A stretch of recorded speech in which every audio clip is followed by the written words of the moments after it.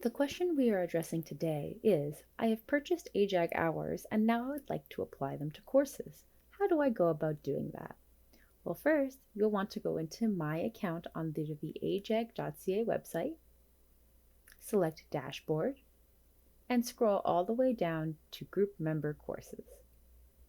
From there, the first item you'll see is your AJAG hours and then a bright blue button that says Swap.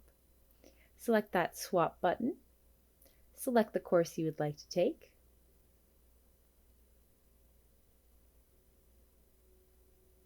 then hit Save.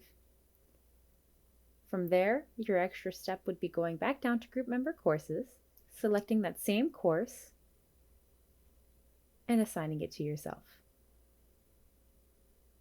Hit Save, and once you do, it will appear up in My Courses.